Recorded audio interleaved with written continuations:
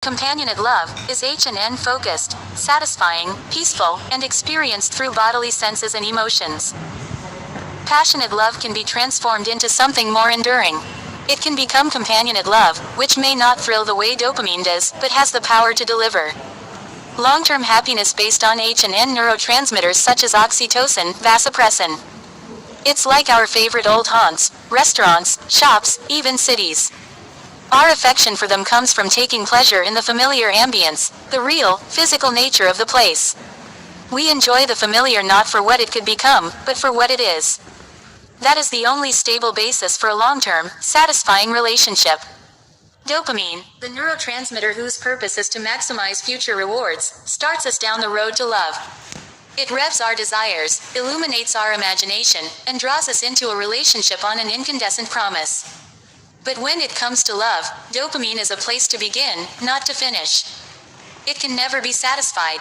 Dopamine can only say, more. Single quote. In a 60 Minutes interview with Leslie Stahl, this wealthy individual spoke of the need to use, even in the absence of pleasure. There's no partying there. There's no enjoyment. This is about relieving the pain. People have this mistaken notion that you get high. What you're really getting is relief from the low. Single quote. Some people say nicotine makes them feel more relaxed or more alert, but really, the main thing it does is relieve cravings for itself. It's the perfect circle. The only point of smoking cigarettes is to get addicted so one can experience the pleasure of relieving the unpleasant feeling of craving, like a man who carries around a rock all day because it feels so good when he puts it down. The more active the dopamine cells were, the more money the volunteers expected to win. It's not uncommon for people to deceive themselves in this way. There are few things we encounter in daily life that are more unlikely than winning the lottery.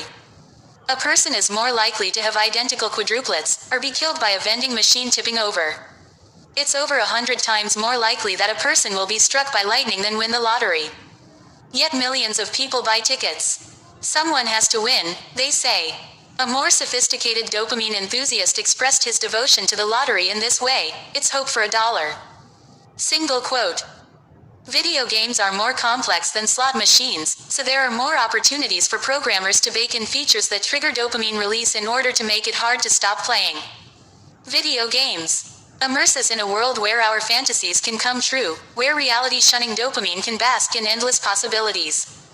We can explore environments that constantly change.